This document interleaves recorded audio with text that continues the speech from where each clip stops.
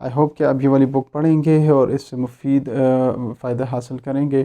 دوسرا ایک کانٹیکسٹ وہ یہ بھی دے رہے ہیں کہ آپ کے جو بھی آئیڈیا سیل ہوں گے اس کے آئیڈیا کے اندر سٹکنیس ہونا چاہیے، کہ آئیڈیا اس قسم کا ہو یا چیز ایسی ہو کہ آپ کے دماغ میں رہ جائے.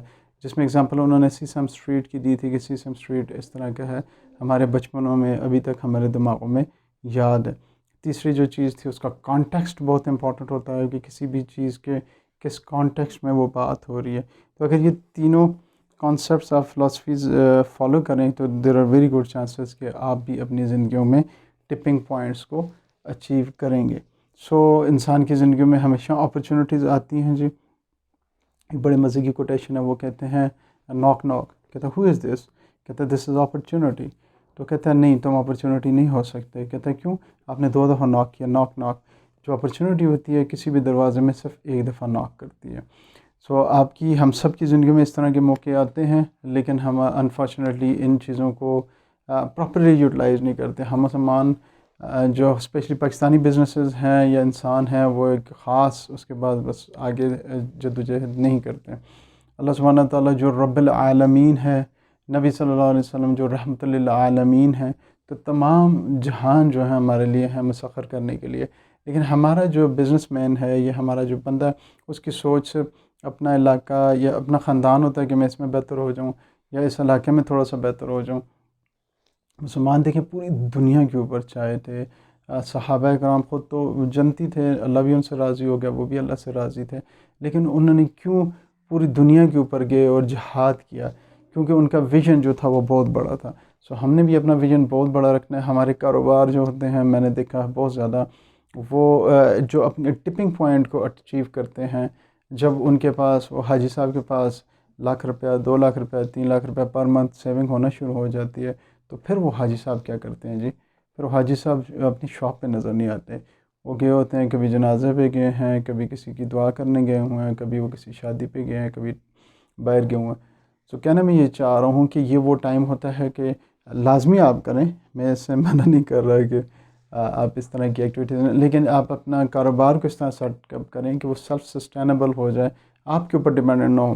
گورے بھی ہے نا، یہ جو شیل کمپنی ہے، یہ ایک چھوٹی سی دکان ہوتی تھی، اور یہ میاں بیوی جب گئے تو باہر جا کے سمندر کنارے ان کو سیپیاں ملیں اور انہوں نے ایک شیشے کا مرتبان سا بنا کے اس میں یہ سیپیاں رکھیں، تو اس کی وجہ سے اس کا نام پڑ گیا شیل شاپ. تو وہ شیل شاپ جو ایک چھوٹی سی تھی، ابھی پوری دنیا کے اندر شیل کی سیٹ اپس ہیں. تو ان کا جو ویژن ہے نا گورے کا، وہ پوری دنیا ہے. ہمارا مسلمان جو ہے اس کا ویژن جو ہے بس وہ چھوٹی سی ایک دکان ہوتی ہے، حاجی صاحب اس کو گرو نہیں کرتے. آپ نماز بھی پڑھیں، آپ صدقے بھی دیں، آپ فیملیز کو بھی چلائیں، لیکن سسٹم بنائیں. سسٹم جب آپ کے بن جائیں گے، جب آپ ادھر نہ بھی ہوں، آپ کراچی بھی گئے ہوں، آپ لاہور بھی گئے ہوں، تو آپ کے سسٹم جو ہیں وہ چل رہے ہوں گے اور آپ کا پیسہ بھی آ رہا ہوگا. جتنا زیادہ آپ پیسہ کمائیں گے اتنا آپ اللہ کی راہ میں خرچ کر لیں گے. تو ہوتا کیا ہے کہ فار ایگزامپل ادھر ایبٹ آباد میں آپ دیکھ لیں ہول سیلس کا جو سیٹ اپ تھا، جن کے ساتھ گاؤں لگے ہوئے تھے، اب ہول سیلس والے جو ہیں انہوں نے اپنے آپ کو اپ گریڈ نہیں کیا اور اسی طرح لگے رہے ہیں. اور اسی طرح ایک آدھ سیٹ اپ بنایا ہوا ہے، ایک آدھ دکان بنائی ہوئی ہے، 7 گودام بنایا ہوا ہے. ان کے مقابلے میں اب آ گیا یہاں پہ اٹالین مال بھی آ گیا ہے، سیو مارٹ بھی آ گیا ہے، گیلانی مارٹ بھی آ گیا. اب کیا وہ ڈرائیو تھروز ہیں جہاں پہ لوگ جاتے ہیں، گاڑی کھڑی کرتے ہیں، چیک آؤٹ کرتے ہیں. یہ latest state of the art جس طرح ہم نے یو کے میں دیکھا، تقریباً اس قسم کے یہاں پہ کانسیپٹس آ گئے. اور یہ جو ہمارے لوکل بزنسز تھے جو رول کر رہے تھے ہول سیلز میں، اب ان کے لیے پرابلم سٹارٹ ہونا شروع ہو گئے ہیں. اس وجہ سے میں سمجھتا ہوں کہ ہمارے بزنسز کو اپنی چینز کھولنی چاہیے، جس طرح ملٹی نیشنل کمپنیز جو چینز کھولتی ہیں، یا سپر سٹورز ہیں، وال مارٹ ہے، ٹسکو ہیں، آزڈا ہیں، ان کے سپر سٹورز ہیں پوری دنیا کے اندر، انہوں نے اپنے سٹورز کھولے ہوئے ہیں. تو ہمارے جو بزنسز ہیں جب وہ ٹپنگ پوائنٹ کو اچیو کرتے ہیں، جب ان کے پاس سیونگز ہونا شروع، اب دکان بنائی اس نے، تھوڑا سا اس کا کاروبار چل گیا، شروع میں اسٹرگل کی، کیونکہ اس کا ایک بزنس سائیکل ہوتا ہے. شروع میں آپ اسٹرگل کرتے ہیں، پھر آپ گرو کرتے ہیں، پھر آپ ایک میچورٹی لیول ہوتا ہے. تو انفارچونیٹلی وہاں پہ جا کے نا پھر ہمارے لوگ جو ہیں وہ کہتے ہیں بس ٹھیک ہے جی، میرے راستے ہم نے کون سی ساری زندگی زندہ رہنا ہے، تو بس یہ ₹1,00,000 جو 1.5 لاکھ 2 لاکھ بہت ہے.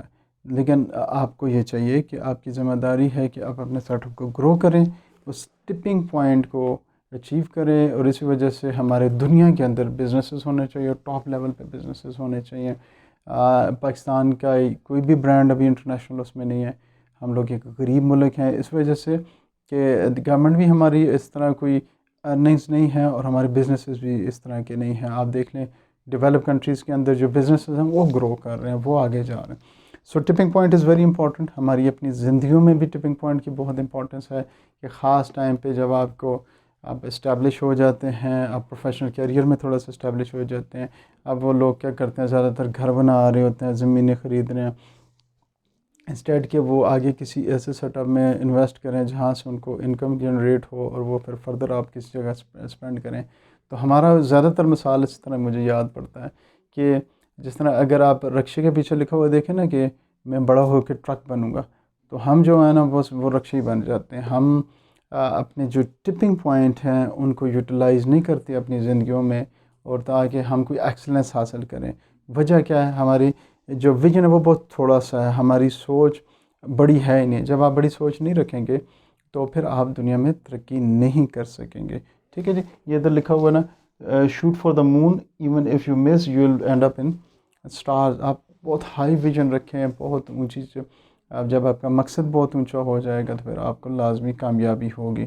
سو آئی ہوپ کہ آپ سب یہ دا ٹپنگ پوائنٹ بک مالکم گلیڈول کی ہے، اس کو اسٹڈی کریں گے، اور جو میں نے اس کو تھوڑا سا سمرائز کرنے کی کوشش کی ہے، اس سے اپنی زندگی میں فائدہ حاصل کریں گے۔ اپنے کوئی کمنٹس ہوں گے تو لازمی میرے ساتھ شیئر کیجیے گا۔ اپنا بہت خیال رکھیں۔